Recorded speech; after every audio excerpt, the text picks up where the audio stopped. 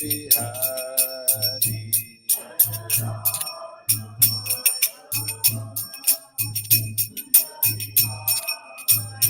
Jaya Radha Madhava Kunja Bihari.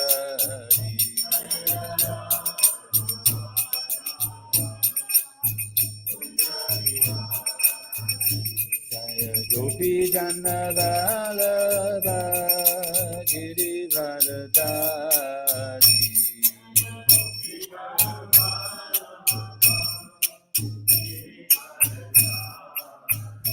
Jaya Gopi Jana Vallabha Girivardhari.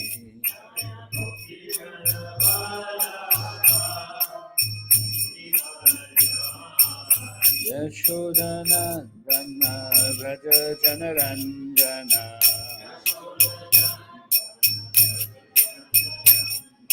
Yashodanandana Vraja Janaranjana.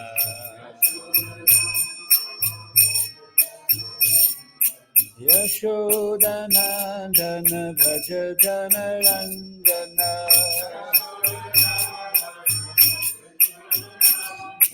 Yashodanandana Vraja Janaranjana.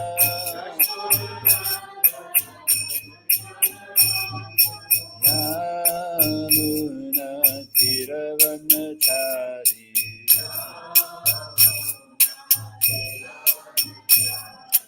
Yamuna Tiravanachari. Jaya Radha Madhava Kunja Bihari.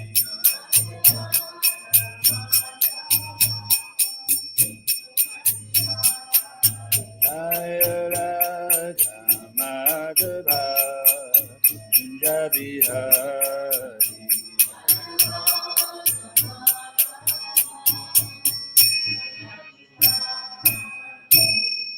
Guru Govind ki, Shri Prabhupada ki, Shri Caitanya Caritamrta ki, Shri Caritamrta Pishacha ki, Jai Gaur Premanande.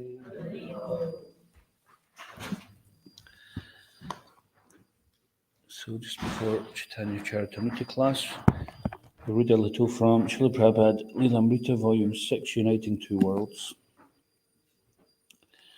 So I think we're just starting the last chapter.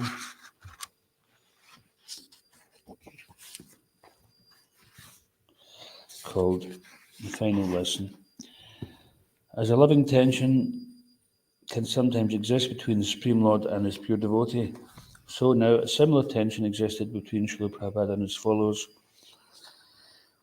Prior to his disciples' desperate petition at his bedside, Srila Prabhupada had seen his duty as instructing his disciples on how to die. A part of his mission was to set perfect example in this most important lesson, how to pass life's ultimate test. But now his disciples were asking him to postpone the lesson in dying and stay with them indefinitely in the preaching field, and Prabhupada had agreed, showing that he had the ability to live if he chose. But sooner or later he would have to return to the lesson on how a person should face the end of life.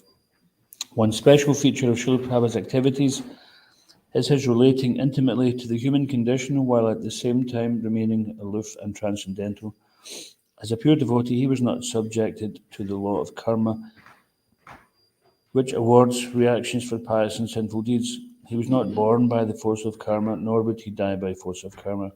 As stated by Srila Rupa Goswami, one whose body, mind, and words are fully engaged in devotional service to Lord Krishna is a liberated soul, even while living in this world. People often misunderstand the movements of a pure devotee within the material world, just as one on seeing clouds blowing warns us never to see the Guru. On seeing clouds blowing past the moon may think the moon itself is moving. The Shastra therefore warns us never to see the Guru as an ordinary man subject to karma. Srila Prabhupada ki Jai Jai Sri Caitanya Jai Nityananda. Jaya Dvaita Chandra Jaya Gaura Bhakta Vrinda. Jaya Jaya Shri Caitanya Jaya Nityananda. Jaya Dvaita Chandra Jaya Gaura Bhakta Vrinda. Jaya Jaya Shri Chaitanya Jaya Nityananda. Jaya Dvaita Chandra Jaya Gaura Bhakta Vrinda. Hare Krishna Krishna Krishna Hare Hare. Hare Rama Rama Rama Hare Hare. So we'll continue to read from Sri Chaitanya Charitamrta, Madhya 18th chapter, entitled The Lord's Visit to Vrindavan, text 195, starting from. So, Mokshadi, I'll just do the Bengali and the translation until we come to the purport, which we're going to speak from. Mokshadi Ananda Yara Nahi Kakana Purnananda Prapti Tanna Charana Sevana. The happiness of liberation whereby one merges into the Lord's existence cannot even be compared to a fragment of the transcendental bliss obtained by service unto the Lord's lotus feet.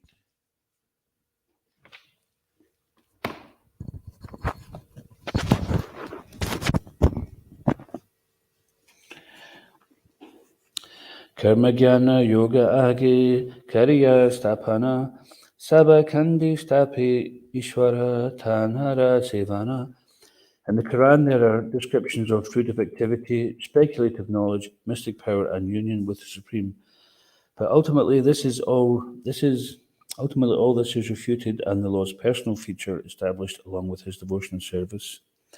Tomara Pandita Sabara Nahi Shastragyana Purva Para Vidimaji Para Balavan. The scholars of the Quran are not very advanced in knowledge. Although there are many methods prescribed, they do not know that the ultimate conclusion should be considered the most powerful. Nija Shastra Deki Tumi Vichara Kariya Ki Likiya Che Sheshe Kaha Nirnaya Kariya. Seeing your own Quran and deliberating over what is written, therefore, what is your conclusion? Lecha Kahi Yehi Kaha Sei Satyahaya Shastri Likiyachi Kiha Laite Naparaya. The saintly Muslim replied, all that you have said is true. This has certainly been written in the Quran, but our scholars can neither understand nor accept it. Nivishesha Gosani Lana Karena Vyakyana Sakara Goshani Sevya Karunahi Jnana. Usually they describe the Lord's impersonal aspect, but they hardly know that the Lord's personal feature is worshipable. They are undoubtedly lacking this knowledge. Sri Prabhupada's purport. The saintly Muslim admitted that those who were supposedly conversant of the teachings of the Quran could not ultimately understand the essence of the Quran. Because of this, they accepted only the Lord's impersonal feature. Generally, they recite and explain this portion only. Although the transcendental body of the Lord is worshipable, most of them are unaware of this.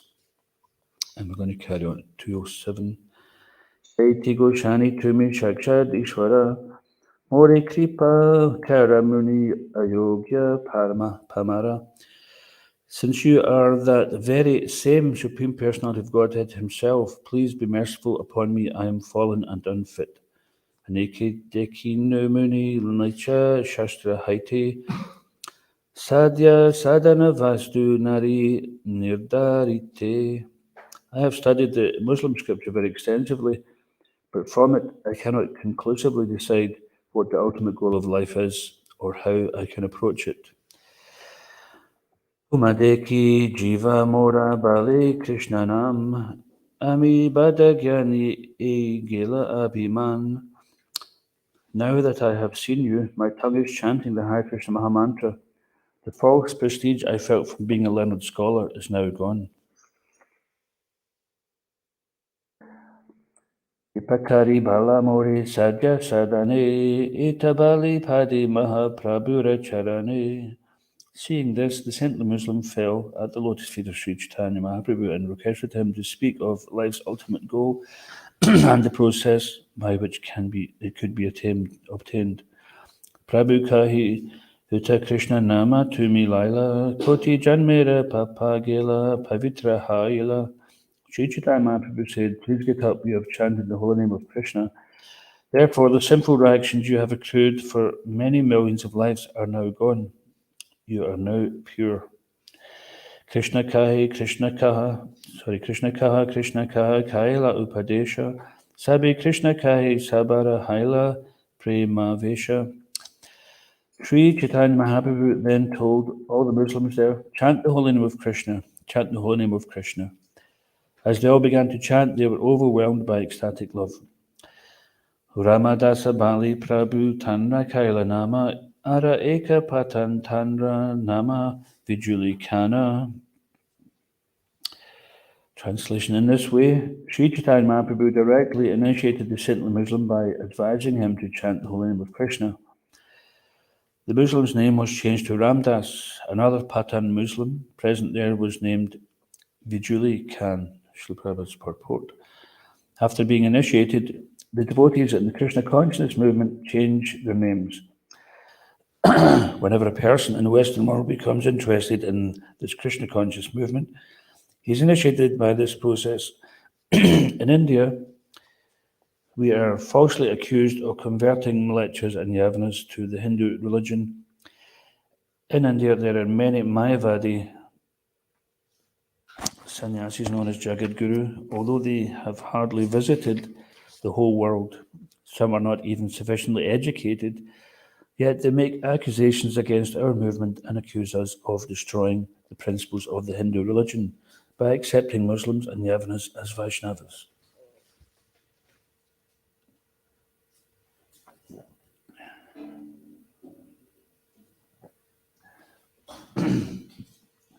Such people are simply envious.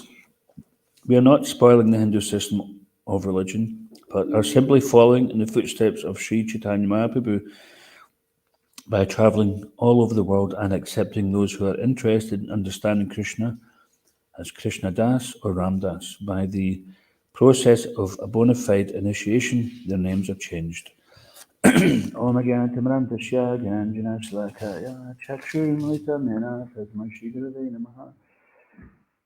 Karoti Vachalam Bhangamlaga Tigarim Yakripatamam Vande Shirindin Karanam Jai Shri Krishna Chaitanya Prabhu Shri Advaita Gadadhar Shri Vastadi Gora Bhaktavrinda Hare Krishna Krishna Krishna Hare Hare Hare Rama Rama Rama Hare Hare.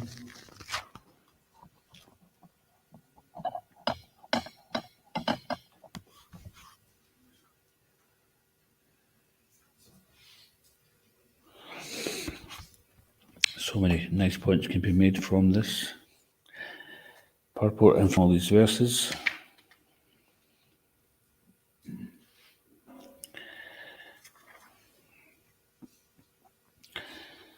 So the first thing Prabhupada talks here about is the devotees who are initiated, they change their names. We've also seen the reverse, or sometimes people come from India and their name might be Jayananda, and then they come to the West and then they assume a name like Jim or John, or their name is Ramdas and they become Robert, because they've been initiated by the Kali Yuga culture, and then they start adopting all the processes and principles of Kali Yuga sinful life. So I remember hearing a lecture by Hridayananda Maharaj many years ago. He was speaking with some Indian students who were trying to kind of emulate the Western ways, and yet they still were saying, they were proudly exclaiming that they were Brahmins. So Maharaj was challenging them. So if a Brahmin is eating meat, is he still a Brahmin? If a Brahmin is having illicit sex, having intoxication, are they still a Brahmin? So, of course, they couldn't answer in the affirmative because the Brahminical principles are 4. Is anybody here who could name one or more? Principles. That's one. Cleanliness. Austerity. Yep, austerity. Truthfulness. Truthfulness, and one left. Not talking too much. Yeah, mercy. Cleanliness, mercy, truthfulness, and austerity. Now, these are destroyed by these four pillars of spiritual life. These are destroyed by the 4 sinful activities. So cleanliness is destroyed by sex life. Truthfulness is destroyed by gambling. That'd be the other 2. Mercy is destroyed by meat eating. Yeah. You couldn't consider yourself to be a compassionate, merciful person if you're eating the animals, allowing them to be killed. And then the last one, that destroys. Why is that? Sometimes people are intoxicated and they fall asleep on the street in the freezing cold. That's quite austere. How does that destroy austerity? Escape life's problems by intoxication. Yes. Top of the class. Yep. Rather than trying to sort out the problems of life and performing the necessary austerities to control the mind, etc., they just throw all caution to the wind and try to hide behind some illusory, when we're already illusioned, and they try to create another illusion upon the illusion, and not necessarily wanting to face the truth. So this is if one is born into a Brahmin family. So some in Bhagavad Gita, Krishna mentions even if one is an unsuccessful yogi, then Suchinam Srimatam Gehe, one is born into a Suchi family, Brahmin. Suchinam Srimatam, or Sri, means Lakshmi, goddess of fortune, means born into a family with opulence.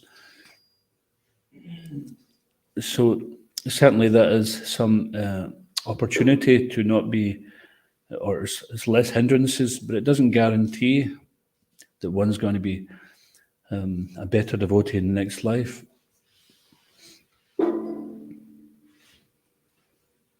And it's therefore we shouldn't think, well, I'll do a little bit in this life, and next life, Suchinam Srimatam Gehe, I'll take birth in a family of Brahmins or Vaishnavas, or get a good birth in some way or another. So that may be the case, but it doesn't guarantee we're going to make any further progress. There'll be so many things that come along. Of course, whatever progress we make in this life, then Krishna gives us an opportunity to take it from there again. But it's a mistake to think, well, I'll sit back a bit in this life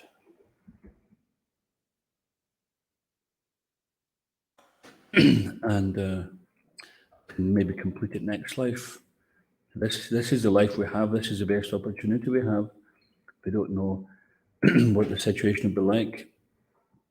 So it's mentioned in the Shastra that one comes into the association of a bona fide spiritual master, then one should immediately take shelter. So whether that means that one immediately gets initiated or immediately takes shelter by the means of following the guidance, because we'll never find anyone who's our greater friend. The spiritual master is a manifestation of the Lord within the heart. Different types of gurus: Shiksha Guru, Diksha Guru, and Chaitya Guru. So the Chaitya Guru is the Lord within the heart, and because we're bewildered, then we don't often know what is the Lord speaking within the heart and what is our mind. Like one time there was one new guest at Bhaktivedanta Manor, and as they were setting up for class, this new guest just decided to sit on the asana, which was being prepared for the person to give class, and he did some other kind of crazy thing, and says, why are you doing that? He says, oh, God told me to do it. But then he did some other crazy thing, which God told him to do, and he got thrown out for it.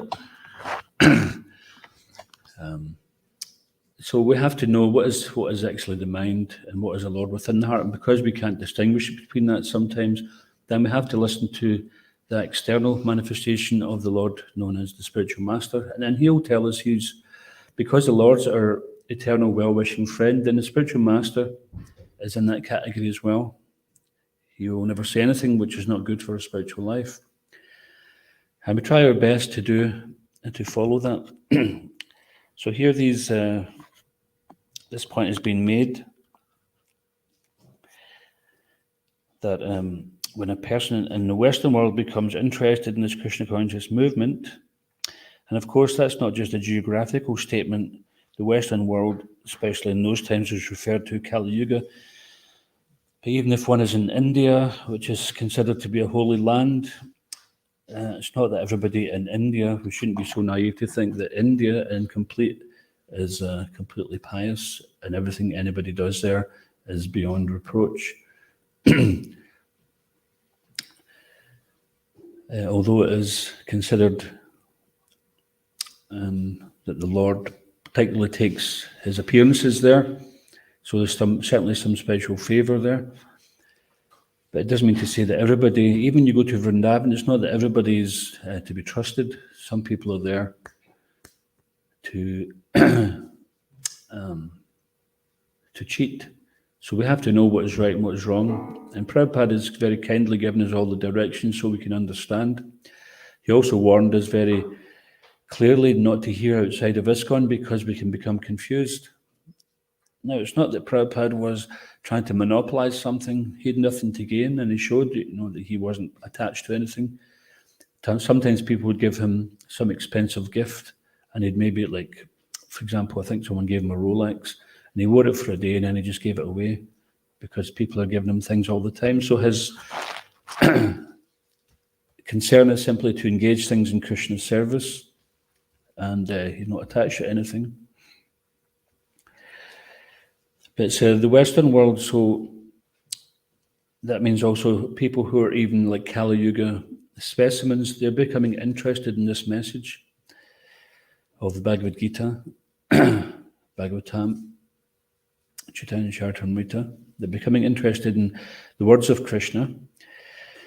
And because of that, becoming attracted by Krishna, they become purified by taking to this process of Krishna consciousness.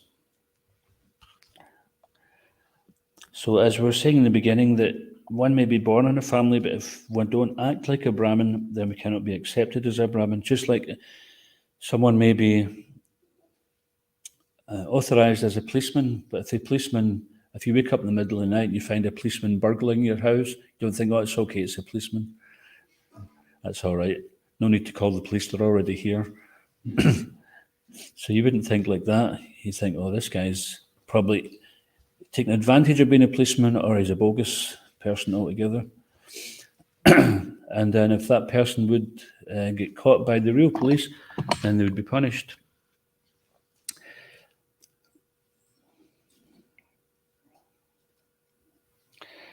So if one is born as a Brahmin, then they're given an opportunity to live that Brahminical life. But if they simply use it to monopolize and control or make a living out of it without actually following Brahminical principles, then they're not a Brahmin at all.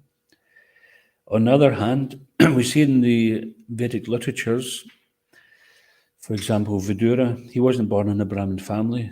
What family was he born in? Yeah.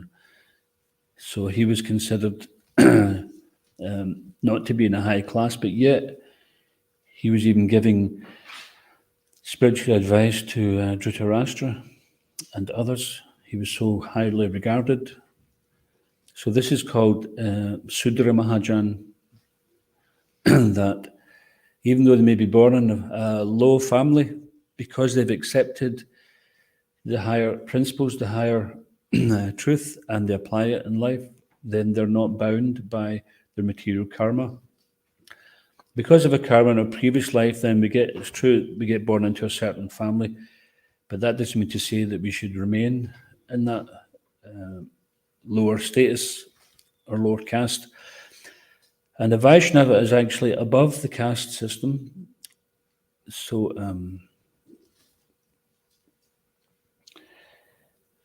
sometimes, Srila Prabhupada was mentioning that sometimes it's mentioned that the Mayavadi sannyasis, they accept only invitations from Brahmins to go for their lunches. But a Vaishnava will accept, they won't even accept invitations for a Brahmin if the Brahmin isn't connected with Vaishnavism. But on the other hand, they will also accept an invitation from someone who's of low born if they're actually following Vaishnava culture. So this is showing that it's higher than the Brahminical culture, is the Vaishnava culture, one who's worshipping the Lord and accepts the Lord as the Supreme Personality of Godhead. And so this Mayavadi philosophy and attachment to Brahminical culture can create some confusion amongst the people in general.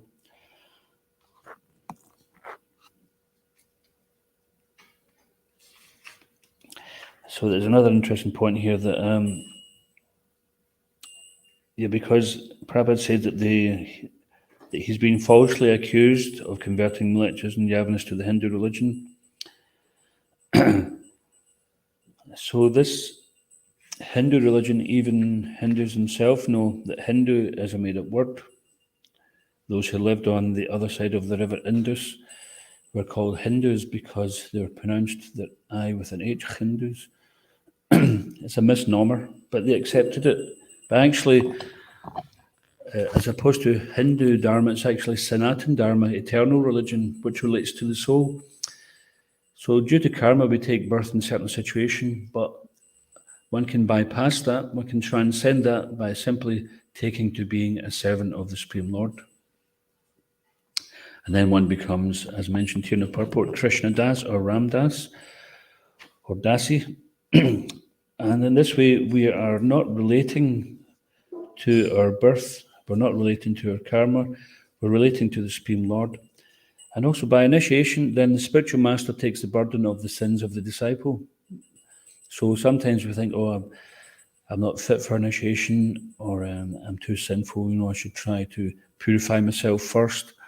Well, that's good, but ultimately we have to accept the humble role that the spiritual master is clearing the path for us. He's taking that burden, and so that we can make advancement. And this is a very kind sign of his compassion. We struggle to accept accountability for our own karma.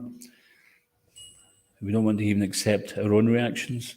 What to speak of spiritual masters accepting our reactions. So why would we not want to follow such a person? And I don't know about anybody else, but I personally experienced first time I got initiated, first initiation. I did notice a difference. The very next day, chanting japa, there was definitely a clearing. There was a relief of that burden. And it made me, and same with when I got Gayatri. I used to see devotees falling asleep chanting Gayatri, and I was thinking, oh, is that what's going to happen? I'll get Gayatri and I'll be falling asleep, and they're sitting there with the thread round their thumb, and they've got the blue thumb syndrome. And then, but when I got Gayatri, I was chanting it, and it was like, it's quite amazing actually. I felt more alive, more enthused, which is part of the description of the mantra, that the spiritual master is enthusing, that Lord Chaitanya is enthusing us. So when we take the initiation seriously, then we do get the right benefit from it. And that enthusing of the spiritual master enthusing us is what's driving us. If we're enthusiastic in devotional service, that means we're rightly connected. If we're not enthusiastic in devotional service, it means that something's missing, something's not quite aligned.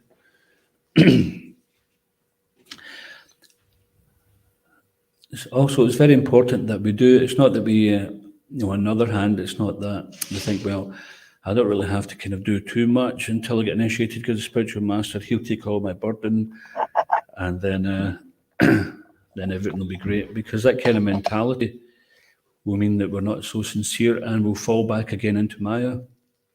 So we have to do our best. They say, the nice example is given that before a seed is planted, then if you spend a good bit of time clearing the land, then the seed's got a better chance of taking root and growing. So the more preparation goes into the land, then the better chance the seed has. So similarly, the seed of Bhakti, the spiritual master is planting the Bhakti Lata Bij, the seed of the creeper of devotion. And by our preparation of before coming to that point of initiation, that means that our taking seriously the order of the spiritual master will bring more benefit. The instructions of the spiritual master will mean much more to us. So the instructions of the spiritual master, we should take not as some kind of opinion, not simply that, well, the spiritual master said this, let me think about that, whether I agree with it or not. We do all that thinking beforehand, before we take initiation. And of course, because on the path of devotional service, we become more purified and more enlightened before initiation, after initiation. So we're never going to come to the point where we're qualified to be a disciple, in the sense that we're going to become sufficiently purified so we're not necessarily a burden on the spiritual master, but we can relieve that burden by pleasing the spiritual master. Now, would anybody like to share what they know to be pleasing to the spiritual master? Anybody? I talks to you? Vrinda? The spiritual master is pleased when he's becoming more aware of the philosophy, not just theoretically, but that they're starting to realise the philosophy. Yeah. And also that his disciples getting a taste for chanting, what means his chanting must be inoffensive, so that he knows he's getting on nicely with everybody. The spiritual master is very pleased when he sees that. Yeah. The spiritual master is pleased with the disciples getting on well with the other devotees and that they're following nicely. Vrinda? Some cooperation and Attentive chanting, cooperation. Because it's the Hare Krishna movement, so if the very essence of the movement is chanting, and we're attentive to that, then we want to watch. But if the very essence of it we're not really taking very seriously, we're just falling asleep, we can't be bothered chanting all the rounds, or we just chant half a mantra because it's not practical. We had one devotee who used to do that. He didn't chant the whole mantra, and when he was questioned about it, he said, oh, it's not practical. Like, it's so much to do, it's not practical to chant the full mantra. So he's going, and then at other times you've gone, Hare Krishna, Hare Ramri. So Prabhupada said it's so simple we could miss it. It's basically the whole essence of this movement is chanting this Hare Krishna Maha Mantra under the supervision of the spiritual master and our God brothers and God sisters, and with our desire to improve and to get closer to Krishna, just like we were hearing from this Govardhan retreat,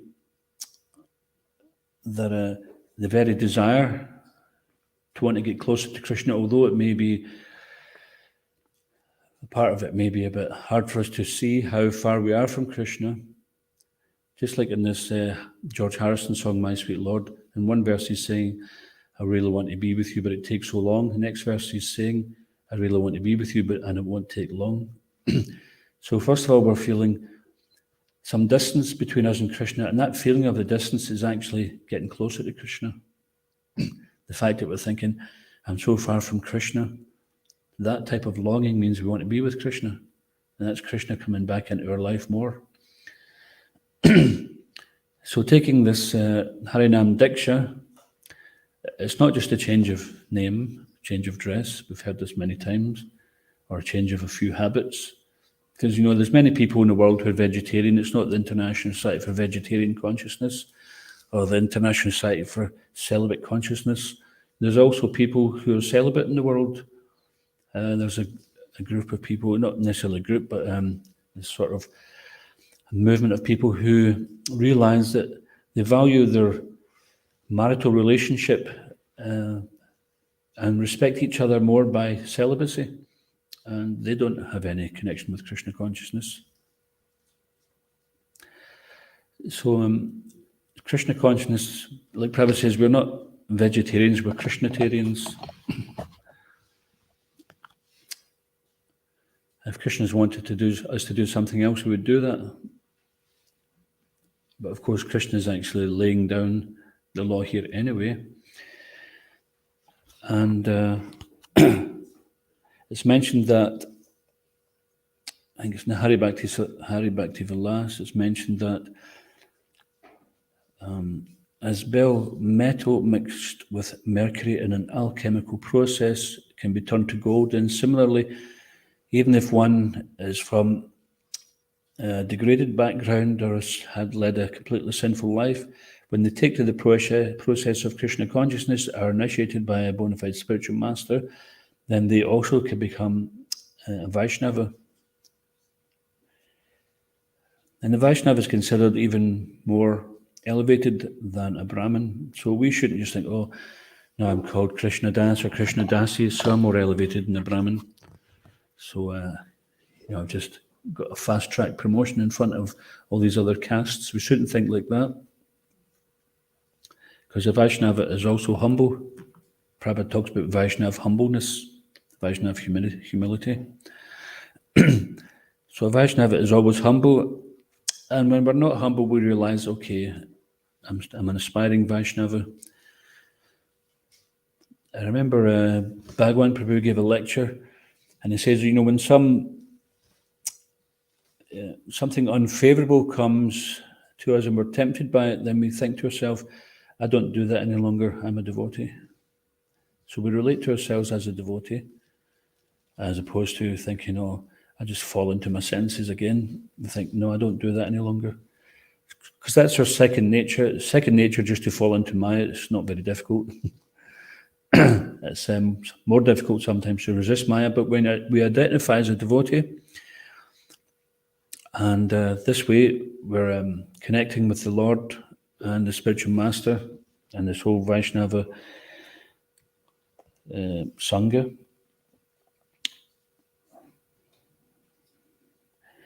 So there was a nice quote I wanted to read here, if I can find it.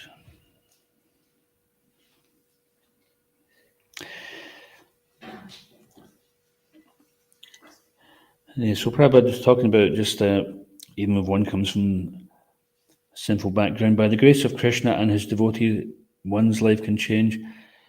This is confirmed in the Srimad Bhagavatam by the words Jahati Bandham Shudrayanti. Jahati Bandham indicates that a living entity is conditioned by a particular type of body. The body is certainly an impediment, but one who associates with a pure devotee, follows his instructions, that person can avoid this impediment and become a regular Brahmin by initiation under his strict guidance. Srila Jiva Goswami states how a non-Brahmin can be turned into a Brahmin by the association of a pure devotee. Prabha Vishnave Namaha. Lord Vishnu is so powerful that he can do anything he likes. Therefore, it is not difficult for Vishnu to change the body of a devotee who is under the guidance of a pure devotee of the Lord. So what's one way we change the body? It'll be in about 10 minutes. Prasadam. Prasadam is the Lord's mercy. It's foodstuffs which has been offered and accepted by the Lord. So by the process of taking prasadam, chanting the holy name. Prabhupada said 16 rounds on the beads for initiates, minimum, and unlimited off the beads. And he also said, if you have time, chant Hare Krishna.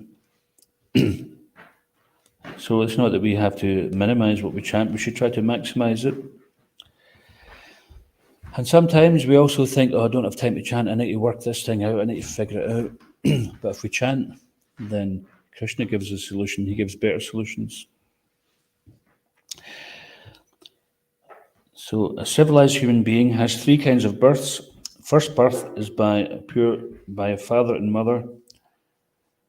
Next birth takes place when one is initiated by the spiritual master. This is called Savitra. And the third birth, called the Yajnika, takes place when one is given the opportunity to worship Lord Vishnu. So that means second initiation. So it was stated that in this age of Kali, everyone is Shudra due to the absence of the Garbhadam Samskar. This is a Vedic system. So everyone is Shudra, but if a person gets a chance to become Krishna consciousness, then we should elevate ourselves to the transcendental platform of devotional service. So Prabhupada says here that, therefore, if one is initiated by a proper person, he can be accepted as a twice born immediately. A proper person means Bonafide spiritual master. In our Krishna consciousness movement, we therefore offer the student his first initiation and allow him to chant the Hare Krishna Mahamantra. By chanting the Hare Krishna Mahamantra regularly and following the regulative principles, one becomes qualified to be initiated as a Brahmin, because unless one is a qualified Brahmin, he cannot be allowed to worship Lord Vishnu.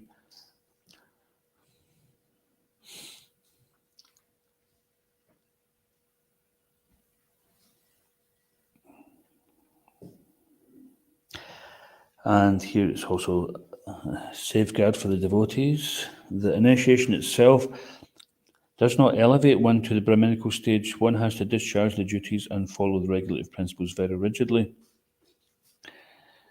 So it's not that we can simply qualify ourselves on our own, and it's not simply that the initiation qualifies us. Like I remember one devotee, there was a few devotees who got initiated at the same time, got first initiation, and then they were getting second initiation, and this devotee was also lined up for getting second initiation. So he thought he would jump the gun and learn the Gayatri Mantra. Now, we know by reading the Shastra that the Gayatri Mantra is given by the spiritual master, but he thought, well, I'll go and learn it so that I know it. And when the spiritual master heard about this, he didn't initiate him. He didn't get second. Because this is, in effect, telling him that, he doesn't need the spiritual master. So that was quite a transgression.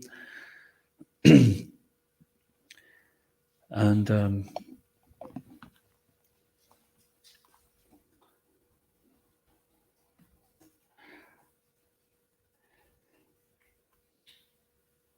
Vaishnava automatically becomes a Brahmin. The idea is also supported by Sanat Goswami in his book Hari Bhakti Vilas, where he clearly states any person who is properly initiated into Vaishnavism certainly becomes a Brahmin. A bona fide spiritual master, under the guidance of authorities, can turn anyone to the Vaishnava way so that naturally he may come to the topmost position of a Brahmin. And Rupa Goswami warns, however, that if a person is properly initiated by a bona fide spiritual master, he should not think that simply by the acceptance of such initiation, his business is then finished. One still has to follow the rules and regulations very carefully. If after accepting the spiritual master and being initiated, one doesn't follow the rules and regulations, then he's again fallen. So in other words, simply becoming initiated does not elevate one to the position of a high-class Brahmin. One also has to discharge the duties and follow the regulative principles very rigidly. So this word initiation, it means to begin. So it's not that they don't call it conclusion. We're going to give you a Harinam conclusion. It's Harinam initiation, isn't it? we're starting the journey, and the spiritual master's seen this checking process of 1 year of following and chanting, etc. That's the spiritual master saying, okay, let's see if you can do this, and if you can, then I'll help you. But if you can't do that, see that we have to show some sincerity. Just like the person who falls into the well, they may call for help when someone throws a rope, but unless the person down there hangs onto the rope and makes an effort themselves, so there has to be both. Just like that saying is there, God helps those who help themselves. So both has to be effort from ourselves and the mercy of the spiritual master. It can't be just one or the other. And here we're seeing that Lord Caitanya, Krishna, Prema, Pradayati, he's freely giving love of God. So immediately upon chanting, these people followed Lord Caitanya's order to chant the holy names of Krishna, and that was them initiated. That's also mentioned in the Shastra that if one comes in contact with a bona fide spiritual master, one can accept initiation then and there. We don't have to be in a temple. It doesn't have to have a fire yoga and so many things.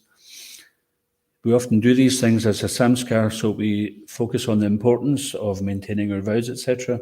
But here we're seeing that Lord Caitanya was initiating them on the spot by the holy name, and they had a complete change of heart. They could see the limitations of the path they were following, and they could appreciate and experience, actually, what Lord Caitanya was giving, which was pure love of Krishna. And we will find very soon, as we continue reading here, that this person who's initiated, Vijuli Khan, was no small person. He was the prince.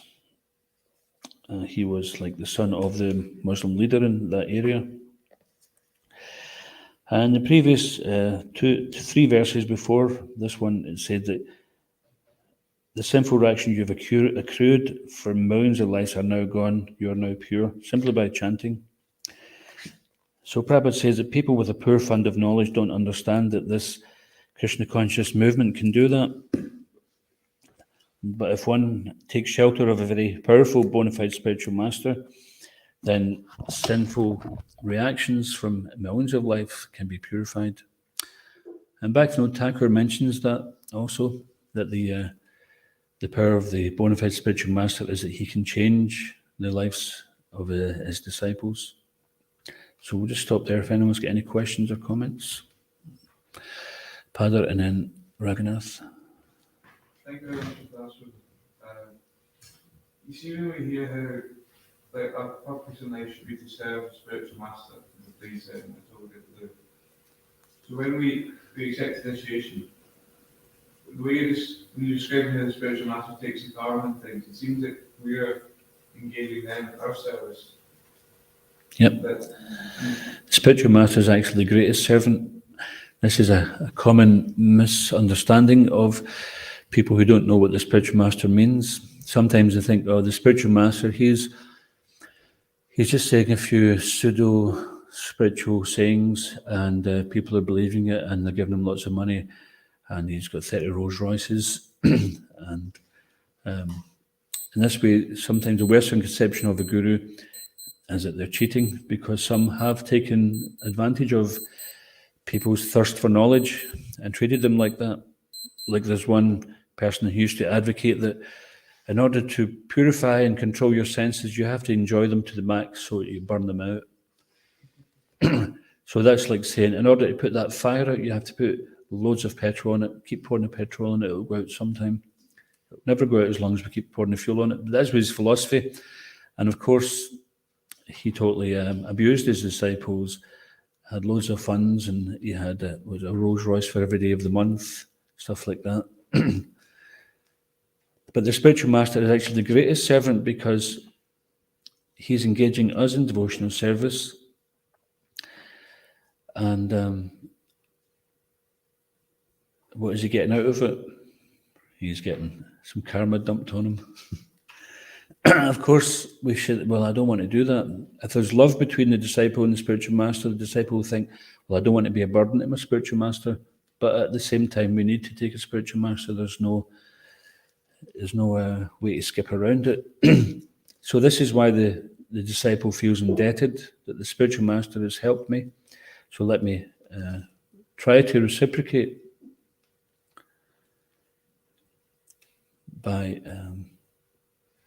aligning with his instructions, which are only there to help us anyway. It's not that he's got some desires to fulfill, and because he did something for us and we'll do something for him. It's not that kind of relationship.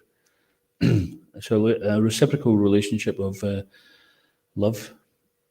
Is that okay?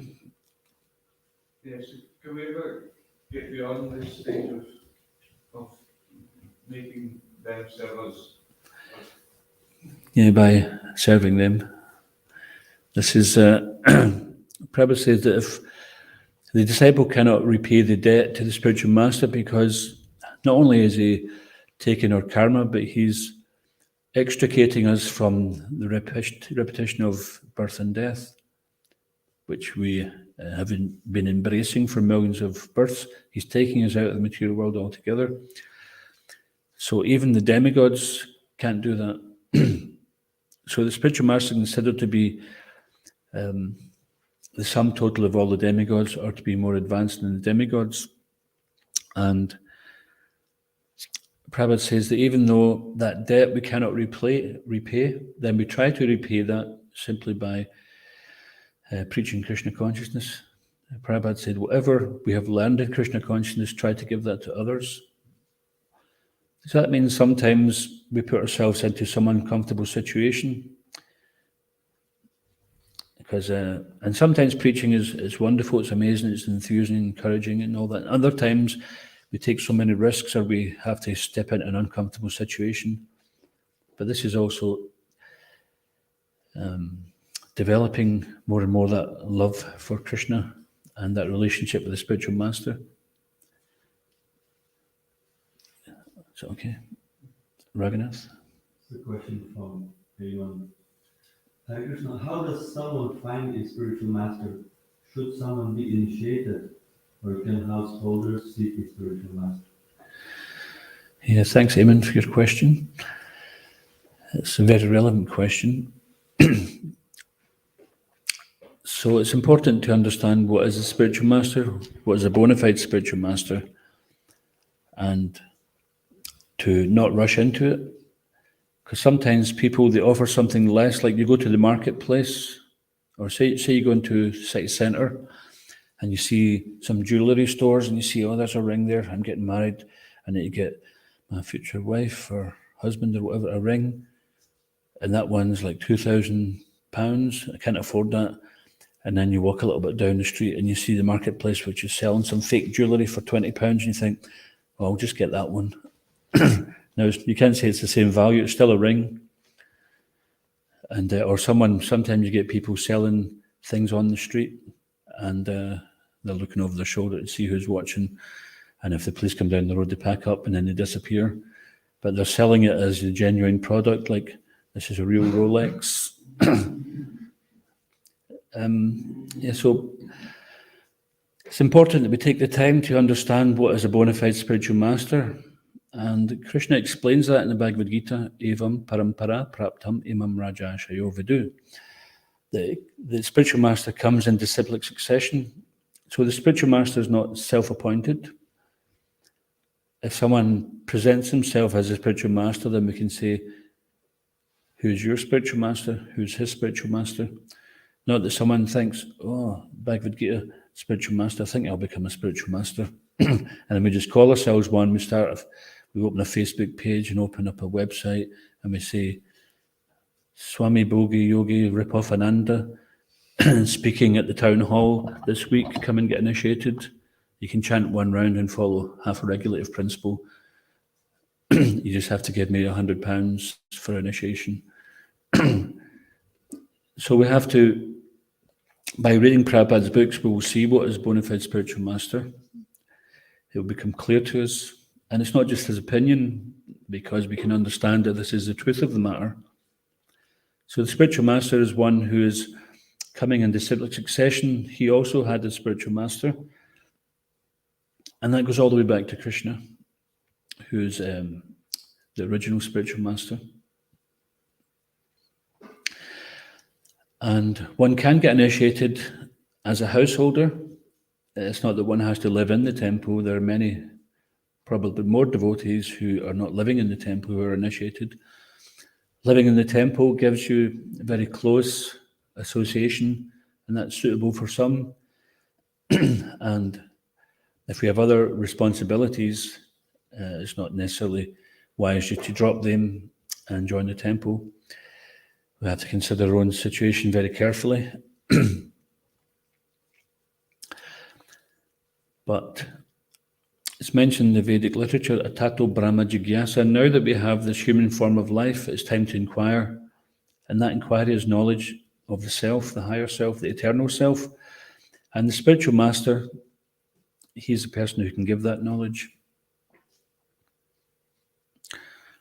So yeah, everyone should accept a spiritual master, regardless of whatever position they're in. And we'll do ourselves a great favour.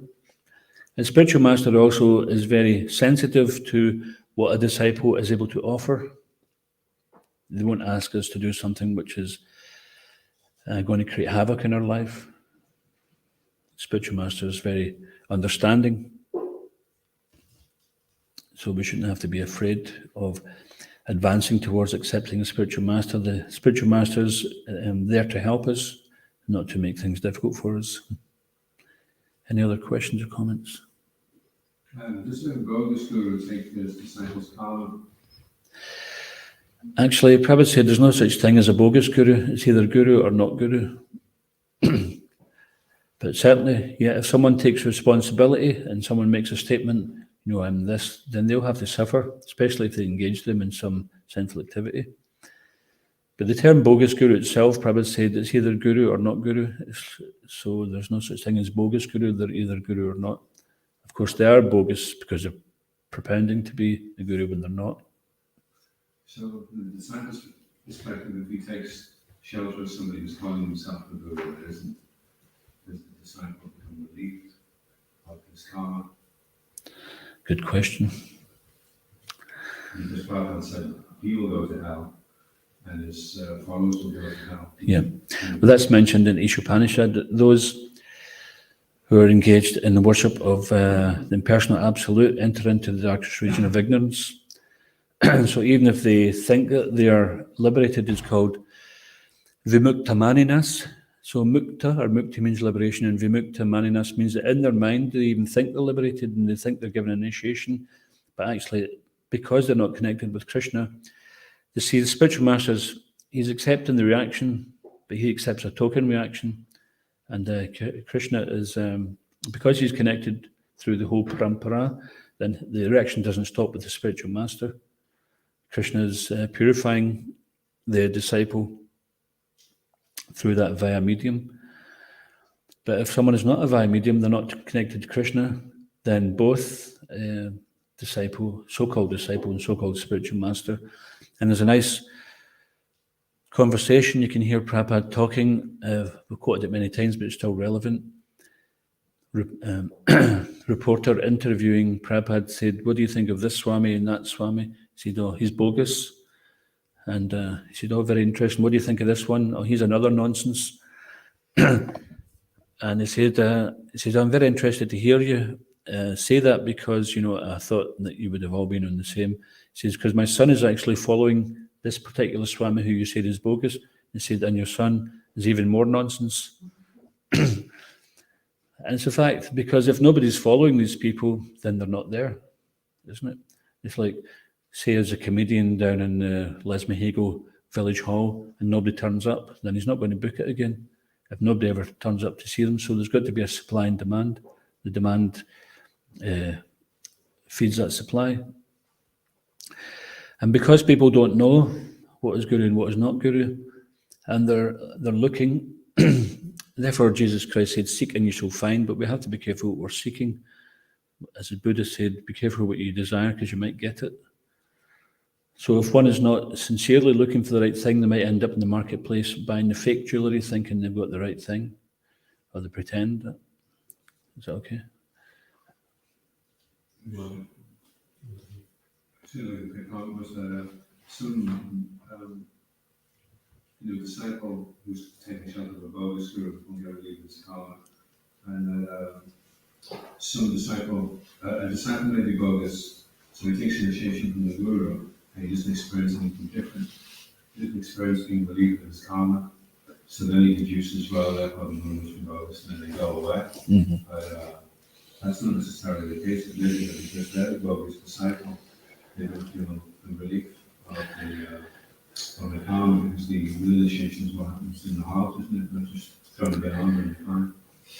Yeah, it's a fact, because if you've got a coal fire and you throw a banana in it, it doesn't make any difference to you. No, it's a very good point, very good question. That there has to be bona fide spiritual master and bona fide disciple. And this is mentioned there's a compilation of quotations from Srila Prabhupada's books and lectures called The Spiritual Master and Disciple. Also, Kripamoya Prabhu has written a very good book about the Spiritual Master and Disciple. What's it called? Guru Disciple Handbook. So in that book, it's explaining about the necessity for accepting a spiritual master as one of the sections, the qualifications of a spiritual master, because we're seeking, but also for us, the qualifications of a disciple. And this is considered to be like, in order for a child to be born, there has to be a potent father and a fertile mother. If you've got one and not the other, then it won't happen. If you've got a bona fide disciple who's sincerely seeking, but the spiritual master is bogus, then you're not going to get very far. If you've got a bogus disciple and the spiritual master is genuine, then you're not likely to get far unless you accept somehow or another the great mercy of the spiritual master. From our point of view, we consider ourselves to be unqualified, but by the mercy of the spiritual master and the other disciples, then they kindly help us to become qualified. And Prabhupada mentioned that also to one of his disciples who's extremely intelligent. He said to him, remember, I am your good fortune. Because even if we're super qualified materially, what good is that unless it's engaged in Krishna service? But when the spiritual master engages in Krishna service, every other qualification we have becomes of great value, because then it has meaning, it has true meaning. Ragnath, there was one last thing. This is again, just thank you for responding and assessing. I'm guessing age doesn't play a factor. It's a fact, yeah. Yeah, age doesn't play a factor. Sometimes the spiritual master won't initiate if you're too young, so aiming if you're under 16, you might have to wait a little bit. But I'm guessing you're maybe a bit beyond 16 if you're a family man. But certainly it doesn't matter what age you are. Even on your deathbed, if the spiritual master, if you come across a spiritual master, you could be 90 odd, and you get that opportunity. Of course, we shouldn't wait. It's like, okay, I'm going to die. Call the spiritual master quick. I've been a nonsense the last 90 years, but now at the last moment, I want to clear the page. No, it's a fact that it might be a little difficult. Sometimes, as the saying goes, you can't teach an old dog new tricks. But that's as much as we relate to being an old dog. If we don't relate to being an old dog and relate to ourselves as being a spiritual child, then we can make as much advancement as anyone else. We may have a little bit more conditioning for this life, but we're all conditioned for many, many lives anyway. So it's all about our approach as well.